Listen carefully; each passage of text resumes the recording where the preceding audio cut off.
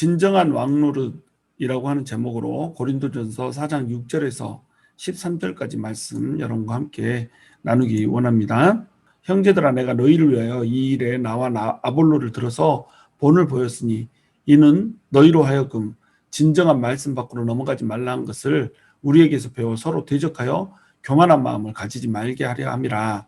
바울과 아볼로의 본을 보였다. 이 말은 뭐냐면 바울과 아볼로의 예를 적용을 시켰다는 거예요. 서로 판단하는 것, 이것 때문에 분쟁이 생겼잖아요. 바울을 판단했고 아볼로를 판단했고 자기 스스로도 판단했고 상대방들도 판단했고 아볼로보다 바울이 더 낫거나 또는 바울보다 아볼로가 더 나은 것처럼 이런 식으로 판단을 했단 말이죠. 그런데 이 판단하지 말라라고 하는 규범을 바울과 아볼로의 본을 보여서 적용을 시켜줬다는 거예요.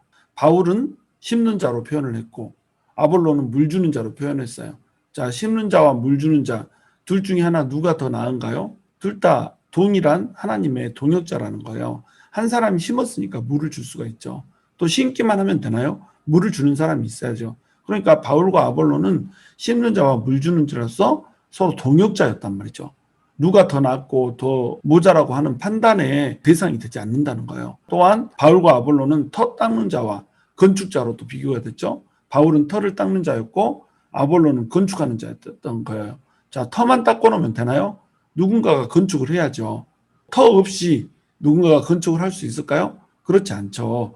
바울이 그리스도로 터를 닦아놓고 그 위에 이제 한 장 한 장 벽돌을 올려서 건축을 해내는 사람이 또한 있어야 되는 겁니다. 그것이 아볼로였다는 거예요.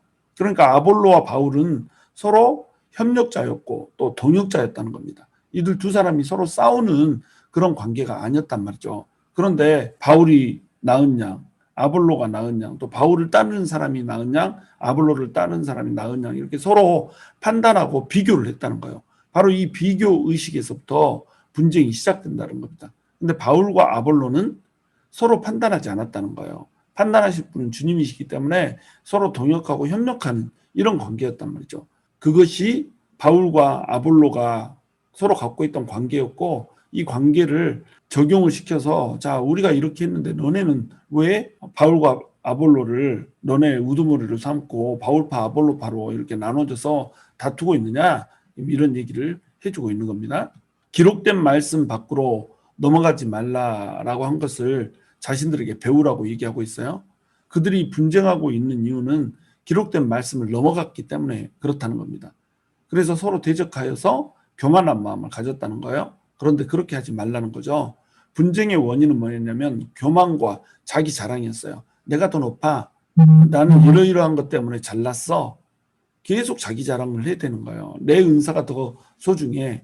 내가 은혜 받은 사람이 더 똑똑한 사람이야. 이런 식으로 자기 자랑을 해야 됐다는 겁니다. 자기 자랑을 하려면 어떻게 해야 돼요?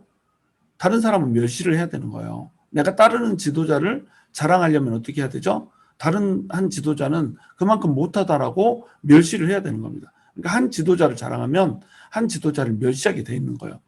바로 이것이 교만이라는 거죠. 이것이 또한 자기 자랑의 본질이란 말이에요. 그러니까 다투고 싸울 수밖에 없죠. 나를 자랑하고 다른 사람을 멸시하면 다른 사람은 가만히 있나요? 자기 자랑하고 나를 멸시하게 돼 있죠. 그러니까 계속 분쟁질이 생길 수밖에 없다는 겁니다. 그런데 교만의 원인은 뭐예요? 말씀의 선을 넘어버린 것. 이것이 교만의 원인이 되는 거예요. 기록된 말씀 밖을 넘어가 버리니까 교만하게 되는 겁니다. 말씀은 사람을 교만하게 하지 않거든요. 말씀은 사람을 겸손하게 하는 거거든요. 근데 말씀 밖으로 넘어가 버리니까 말씀의 선을 넘어버리니까 교만해지는 겁니다. 은사들을 줬잖아요. 그럼 이 은사들은 말씀 안에서 질서 있게 사용해야 된단 말이죠. 근데 그 선을 넘어가 버려요. 그래서 말씀에서 얘기한 선, 성경 밖으로 자꾸 넘어가서 하나님이 직접 나한테 얘기한 것처럼 하나님이 직접 나에게 말씀 밖에 권위를 부여한 것처럼 이렇게 해버린단 말이죠. 그러니까 이것이 교만의 원인이 되고 결국 서로 교만하여져서 내가 잘났다 네가 잘났다 하니까 이것이 분쟁의 원인이 되어버린다는 겁니다. 7절 누가 너를 남달리 구별하였느냐 내게 있는 것 중에 받지 아니한 것이 무엇이냐 내가 받았은즉 어찌하여 받지 아니한 것 같이 자랑하느냐. 바울이 수사학적 질문 세 가지를 던지고 있죠. 첫 번째 질문은 누가 너를 남달리 구별하느냐 이 말이에요. 다른 사람들과 다르게 구별한 것이 도대체 뭐냐 이거죠. 근데 나는 너네와 달라 이러고 있단 말이죠. 이 고린도 교회의 성도들은 전부 다 죄인이었어요. 모두가 타락한 문화 가운데 살고 있는 죄인이었단 말이죠. 그런데 하나님께서 이 타락한 도시에다가 은혜를 부어줘 버린 겁니다. 타락하게 살던 죄인들을 하나님께서 은혜를 부어주셔서 구원의 은혜를 베풀었단 말이죠. 그러면 감사한 줄 알아야 될 거 아니에요. 그리고 은혜만 주셨을 뿐만 아니라 신령한 은사들을 주어버렸어요. 고린도전서 12장에 나오는 그 은사들을 부어줘 버렸단 말이죠. 또한 은사들만 부어준 것이 아니라 훌륭한 교사들을 줬잖아요. 바울, 아볼로 이런 훌륭한 지도자들을 줬단 말이죠. 이 시대에 바울과 같은 사람이 있을까요? 찾아보기 힘들죠. 그래서 역사상 가장 위대했던 스승이라고 할 수 있는 바울과 아볼로 같은 사람을 거기에 지도자로 줬는데 그걸 공짜로 받고도 그걸 누리면서 감사한지 모르고 서로 자랑질을 하고 있는 거예요. 하나님께서 주신 은혜와 하나님께서 주신 은사와 하나님께서 주신 지혜와 하나님께서 주신 지식과 또한 하나님께서 주신 지도자를 가지고 서로 잘났다고 자랑질을 하고 있는 겁니다. 무리를 남달리 구별하였다. 파당을 만들어서 나는 아볼로파니까 특별해. 나는 바울파니까 특별해. 나는 게바파니까 특별해. 이러면서 자기들이 다른 사람과는 다르게 구별된 사람이라고 이렇게 생각을 했던 거예요. 은사를 받았을 때도 어땠어요? 나는 예언의 은사가 있어. 나는 통변의 은사가 있어. 나는 치유의 은사가 있어. 내 은사가 특별해. 내 은사가 다른 사람의 은사보다 더 나아. 이러고 있단 말이죠. 우리 현대교회에서도 이런 사람들이 많거든요. 은사를 받으면 그 은사는 하나님이 주셨잖아요. 근데 자기가 무슨 그렇게 가지고 은사를 받은 것처럼 이렇게 행동을 한다는 거예요. 하나님께서 특별히 구별을 했기 때문에 그런 은사를 누리는 것처럼 이렇게 행동을 한단 말이죠. 하나님으로부터 왔는데 마치 자기가 특별하게 구별된 사람인 것처럼 이렇게 행동을 한다는 겁니다. 그러니까 이것이 분쟁의 원인이 됐다는 거죠. 두 번째 질문은 뭐냐면 너네 중에 받지 아니한 것이 무엇이냐? 모든 것이 하나님께서 주신 거라는 거예요. 돈도 지식도 지혜도 권력도 힘도 만약에 그들이 갖고 있기만 하다고 한다면 그건 전부 하나님이 주신 거라는 거죠. 심지어는 그들의 생명과 그들이 갖고 있는 신앙까지도 그들이 갖고 있는 은사까지도 그토록 자랑하는 그들의 지도자까지도 다 하나님이 준 거란 말이죠. 그러니까 하나님이 주신 것 가지고 자기 것이냐 자기 자랑할 것이 없다는 거예요. 우리 현대 크리스찬들도 세상 속에서 자기가 누리는 것 가지고 자랑하잖아요. 돈이 많으면 돈 자랑, 힘이 많으면 힘 자랑, 많이 배웠으면 배운 것 자랑, 하여튼간 자기를 드러내야 된단 말이죠. 그런데 이건 누가 줬어요? 하나님이 줬다는 거죠. 교회 와서도 그래요. 성경을 많이 하면 많이 하는 걸로, 기도를 많이 하면 많이 하는 걸로, 은사를 많이 받았으면 그 영적인 은사를 받은 걸로 어쨌든 자기를 드러내야 된단 말이죠. 그런데 이건 누가 줬어요? 하나님이 줬다는 거죠. 그런데 하나님이 주신 것 가지고 마치 자기가 무엇인가를 만들어낼 수 있는 것처럼 마치 자기가 그것을 처음부터 가지고 있었던 양 자랑을 해야 된다는 겁니다. 우리 사람한테는 자기 자랑할 것이 아무것도 없어요. 왜? 하나님이 다 주셨거든요. 하나님이 허락하지 않으면 우리 존재 자체가 불가능한 겁니다. 그런데 하나님이 주신 것 가지고 자기 자랑질을 하면서 교만을 떨고 있단 말이에요. 또 세 번째 질문은 내가 받았는데 어찌하여 받지 아니한 것 같이 자랑하느냐. 하나님한테서 받았는데 마치 받지 않고 내가 갖고 있는 것처럼 자랑을 한다는 겁니다. 그래서 이 교만이라고 하는 것은 비교의식에서부터 출발하는 거예요. 너랑 나랑 비교해 보니까 내가 더 잘났다. 만약에 하나님과 비교하면 어떨까요? 낮고 낮아져야죠. 하나님과 비교하면 우리가 뭐 볼 거 있나요? 아무것도 볼 것이 없죠. 그런데 자꾸 다른 사람들하고 비교하려 든단 말이죠. 그래서 비교해서 나보다 좀 더 나은 것 같으면 시기 질투하고 나보다 좀 더 못한 것 같으면 멸시천대하고 이렇게 한단 말이죠.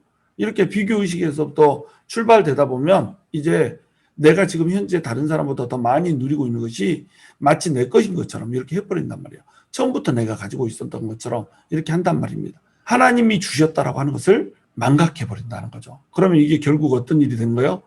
하나님의 영광을 탈취해버리는 결과가 된다는 겁니다. 우리가 하나님의 영광을 탈취하는 것처럼 가증한 범죄가 없거든요. 그런데 교만하면 어떻게 돼요? 자꾸 사람들하고 비교하다가 나중에는 하나님으로부터 받았다는 사실을 잊어버린 채 하나님의 자리에 내가 올라버리게 된다는 겁니다. 그래서 모든 것이 하나님의 것임을 알아야지 비로소 겸손해질 수가 있는 거예요. 아, 내가 가지고 있는 것은 아무것도 없구나.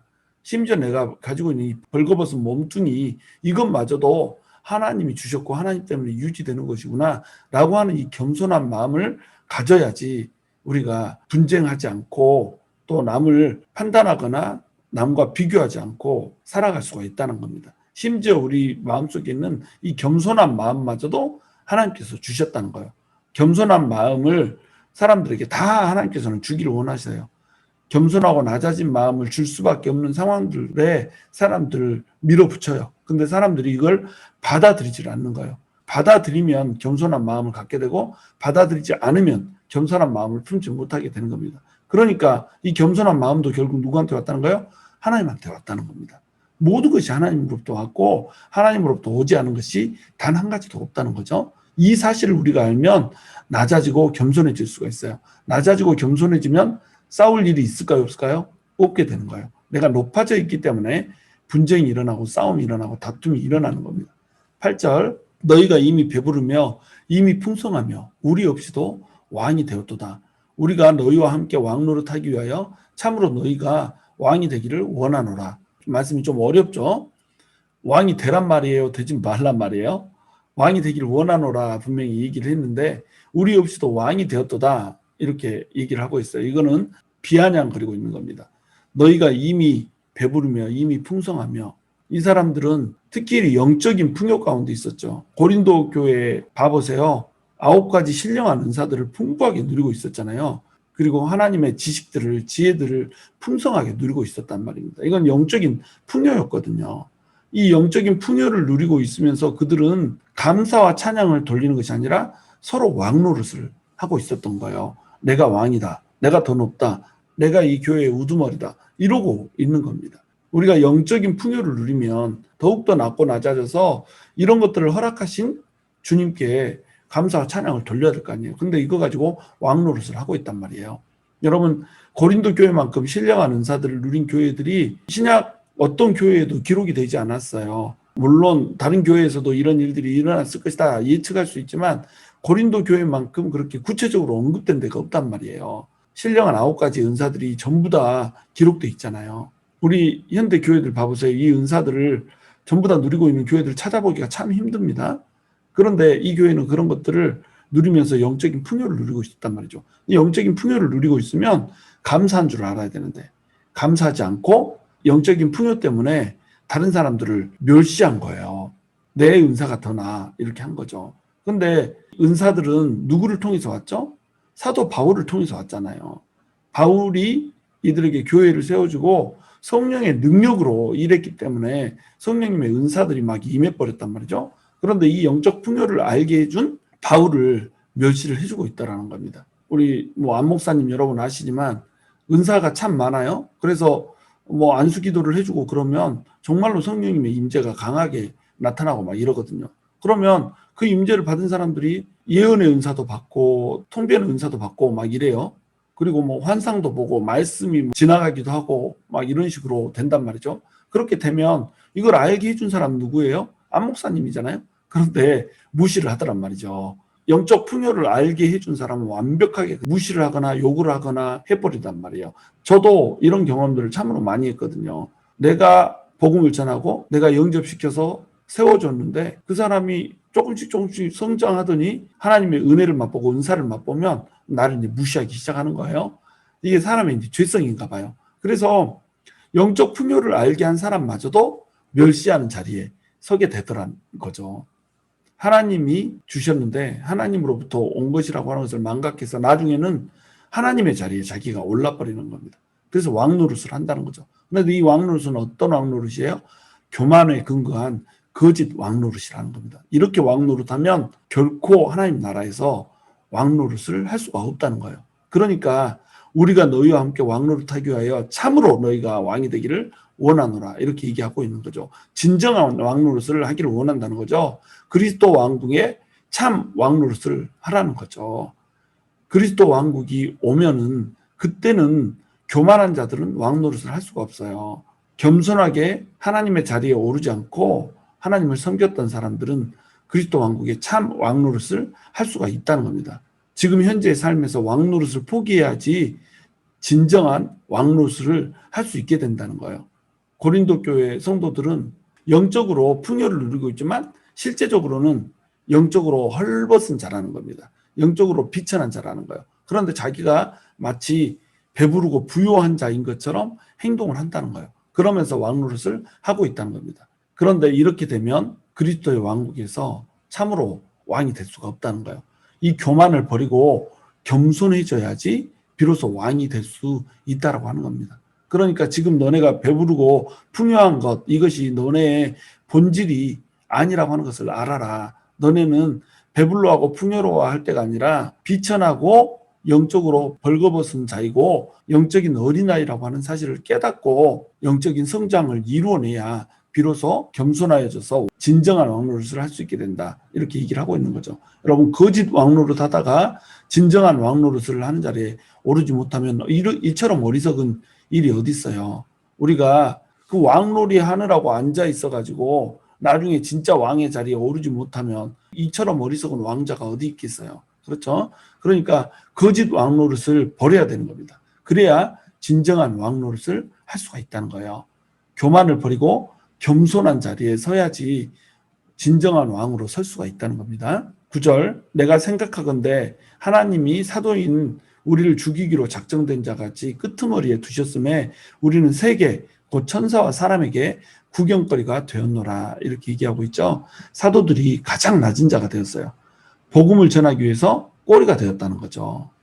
우리를 죽이기로 작정된 자같이 끄트머리에 두셨음에 누가 딱 생각나죠? 이 구절을 보면 누구죠? 바로 우리 예수님. 예수님이 어때요? 죽기로 작정되었던 자잖아요. 그래서 십자가에 매달리는데 십자가에 달려서 가장 참혹한 형벌을 받을 때에 인간의 모든 저주를 받을 때 사람들이 어떻게 했죠? 고개를 흔들면서 조롱하고 비웃고 이렇게 했잖아요. 모든 옷을 벌겨벗긴 채 십자가 위에 올라가 있었잖아요. 그만큼 강력한 수치가 어디 있겠어요. 저주의 상징인 십자가에 매달려서 그것도 벌거벗긴 채 매달려서 부끄럽게 서 있는 예수 그리스도를 한번 봐보란 말이죠.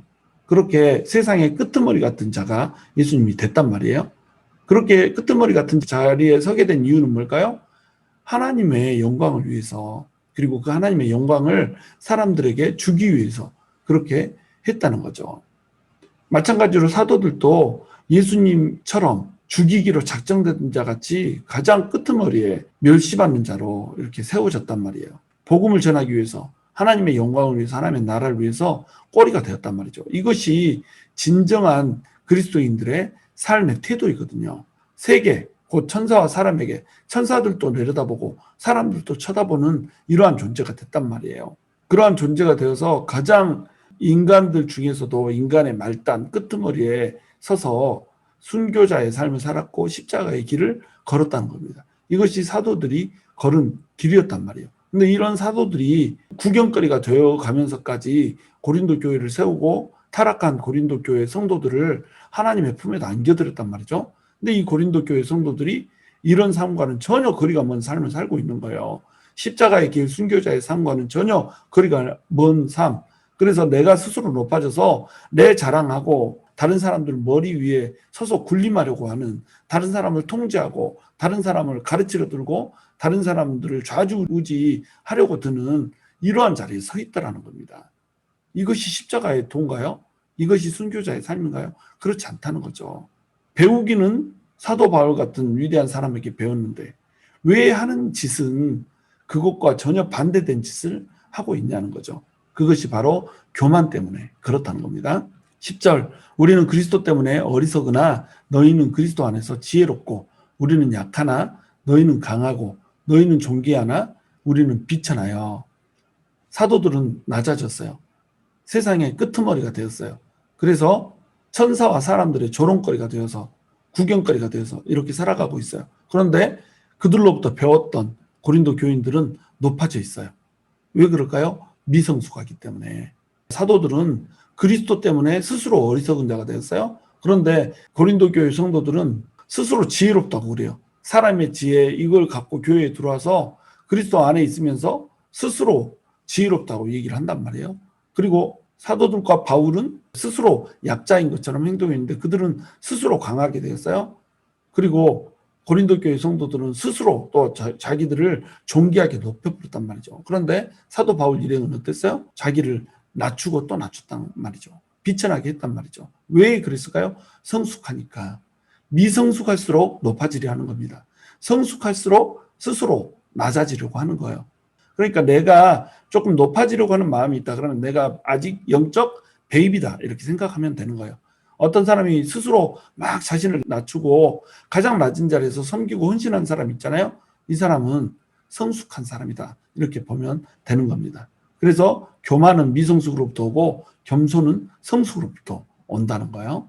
11절 바로 이 시각까지 우리가 줄이고 목마르며 헐벗고 메맞으며 정처가 없고 사도들은 배고팠어요. 목말랐어요. 또 헐벗었어요. 메맞았어요. 머물 곳이 없었어요. 정처 없이 떠돌았어요. 복음을 위하여서 사례도 받지 않고 직접 손으로 일하면서 사역을 했어요. 얼마나 힘들었겠어요. 낮에 일하고 남들 다 쉴 때 가르치고 가르치는 것이 그냥 가르친다고 가르쳐지나요? 가르칠 수 있도록 준비를 하고 이렇게 해야 되잖아요. 이렇게 살아가면서도 모욕을 또 당해요.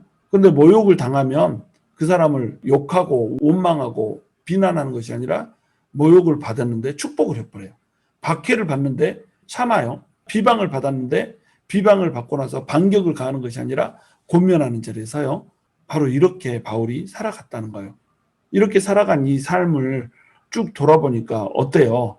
우리가 지금까지 세상의 더러운 것과 만물의 찌꺼기 같이 되었도다. 세상의 더러운 것과 만물의 찌꺼기 같이 되어버린 자기들의 삶에 대해서 지금 얘기를 하고 있는 겁니다. 근데 이것이 부끄러운 것이에요? 아니에요? 전혀 부끄러운 것이 아니고 자랑스럽게 얘기를 하고 있는 거예요. 주님을 위해서 나는 세상의 더러운 것, 만물의 찌꺼기 같은 것이 기꺼이 되겠다는 거죠. 예수 그리스도가 마치 하나님의 그 하늘 보좌를 버리고 이 땅에 내려와서 세상의 더러운 것과 만물의 찌꺼기 취급을 받았잖아요. 그것처럼 예수님을 믿는 나도 세상의 더러운 것과 만물의 찌꺼기 같이 되기를 자처했다라고 하는 것을 얘기를 하고 있는 겁니다. 세상의 더러운 것이라고 하는 이 더러운 것은 페리카다르마타라고 하는 헬라에서 왔어요. 페리카다르마타라고 하는 헬라어는 우리말로는 더러운 것으로 해석되어 있는데 이것은 청소를 아주 깨끗하게 하고 난 다음에 청소를 하고 나면 뭐가 생기죠? 오물이 생기잖아요. 그 오물을 얘기할 때 페리카다르마타라고 얘기를 하는 겁니다.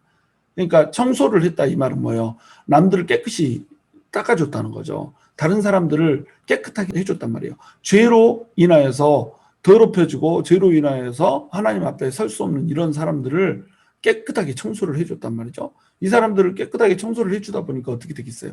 오물들이 쌓이겠잖아요. 사람들을 청소해주고 남은 이 오물과 같은 존재로 자기는 바뀌어있는 이런 사람이라는 겁니다. 다른 사람들의 오물을 닦아주다 보면 내가 오물처럼 여겨지게 되는 거죠. 사람들은 자기를 닦아주고 자기를 뒤치다거리 해주고 이렇게 하면 종처럼 그 사람을 섬겨주면 진짜로 종으로 여기거든요. 진짜로 오물처럼 이렇게 여기거든요. 그러니까 사람들을 섬기느라고 하나님의 나라를 위하여서 사람들을 하나님 나라로 끌어들이느라고 사람들을 청소해 줬는데 이제 청소하면서 생기는 그 오물 취급을 받았다는 거예요. 그 다음에 여기서 만물의 찌꺼기라고 하는 이 단어는 페르프세마라고 하는 헬라어 단어거든요. 이 단어는 옷이나 물건이나 몸뚱이에 붙은 때를 얘기하는 거예요. 이 만물의 찌끄러기 같은 모든 것들에 붙어있는 이 찌끄러기 같은 것들 쓸모가 있나요? 쓸모가 없죠. 다 버려야 되는 거죠. 이런 취급을 받았다는 거예요. 오물과 찌꺼기 취급을 받으면서 하나님 나라를 위해서 살아왔다는 겁니다. 줄이고 목마르고 헐벗고 메맞고 정처 없고 수고하여서 친히 손으로 일을 했어야 됐고 모욕을 당한 즉 축복 있고 박해를 받은 즉 참고 비방을 받은 즉 권면했다는 거예요. 자, 이런 삶은 어떤 삶이에요? 찌끄러기 같은 삶이죠. 어디 왕이 모욕을 당하는데 축복해요. 왕을 모욕하면 죽음이죠. 왕이 박해를 받으면 왜 참아요? 바로 직결 처분이죠. 왕이 비방을 받으면 왜 권면해요? 바로 사형에 처하죠. 그런데 이렇게 왕 노릇하지 않고 세상의 더러운 것과 만물의 찌꺼기처럼 이렇게 살았다는 거예요. 왜? 하나님의 나라를 위해서. 그리스도의 진정한 일꾼이 되기 위해서 자기 자신을 철저히 낮추고 사람들 앞에 세상의 더러운 것과 만물의 찌꺼기 같이 되기를 선택을 했다는 겁니다. 저 역시 사역을 하다 보면 이러한 자리에 처할 때가 너무너무 많거든요. 모욕감에 휩싸일 때가 너무 많게 되는 거예요. 조롱받고 멸시받고 앞에서 대놓고 모욕을 하거든요. 그런데 이것들을 참고 견디고 인내하는 이유가 뭘까요? 이럼에도 불구하고 하나님의 그 길을 계속 가고자 다시 일어서고 다시 일어서는 이유가 뭘까요? 하나님을 사랑하니까 그리스도의 일꾼이 되기 위해서 내 자신을 낮추고 겸손하게 그것을 모두 받아들이는 겁니다. 그래서 모욕을 당하면 모욕한 사람을 축복하고 박해를 당하면 그것을 참고 견디며 비방을 받으면 반격하는 것이 아니라 오히려 권면하는 그 자리에 서게 된다는 거예요. 몸이 뽀개져도 친히 손으로 일을 하면서 사역을 감당을 하고 스스로 줄이고 목마르고 헐벗고 매맞으며 정처가 없는 그 자리에 서면서도 그것을 기꺼이 감당을 한다는 겁니다. 그리고 그것을 비참하게 생각하는 것이 아니라 영광스러운 일로 생각한다는 거예요. 왜? 주님을 위해서 받는 고난이기 때문에. 주님을 위해서 받는 고난의 역사이기 때문에 그 역사를 써내려 간다는 겁니다. 바로 그러한 자리에 서야지 그리스도의 일꾼이라는 거예요. 그리고 장차 올 하나님의 나라에서 거짓 왕노릇이 아닌 진정한 왕노릇을 하게 된다는 겁니다. 바울은 이러한 왕노릇을 할 수 있게 되기를 고린도 교회 모든 성도들에게 지금 권면을 하고 있는 거예요. 너희도 거짓 왕노릇에 그 허울을 벗고 진정한 왕노릇을 할 수 있게 되기 위해서 세상의 더러운 것과 만물의 찌꺼기처럼 그러한 삶을 살아라, 이렇게 얘기를 하고 있는 거죠. 여러분, 우리가 그리스도인으로 산다라고 하는 것은 이 세상 가운데 높아지는 거 아니에요? 교만해지고 사람들 위에 서고 누리고 이런 거 아닙니다. 기꺼이 모욕과 멸시와 천대를 주님을 위해서 감내하고 감수하는 거예요. 하나님의 나라가 확장될 수만 있다면, 하나님의 영광이 선포될 수만 있다고 한다면 나는 기꺼이 세상의 더러운 것과 만물의 찌꺼기 되기를 아껴하지 않는 것, 이것이 바로 그리스도의 일꾼이고 그것이 바로 진정한 성도라고 하는 것입니다. 저와 여러분이 우리 안에 있는 모든 교만의 옷을 벗고 주님께서 우리에게 친히 보여주신 그 겸손의 옷을 입게 되기를, 그래서 이 세상의 오물과 찌꺼기처럼 여겨지는 그러한 삶을 산다 할지라도 하나님을 위해서 그것을 응당한 것으로 여기고 하나님의 영광만을 위해서 나 자신을 낮추게 되는 그런 거룩한 은혜가 있게 되기를 주님의 이름으로 축원합니다.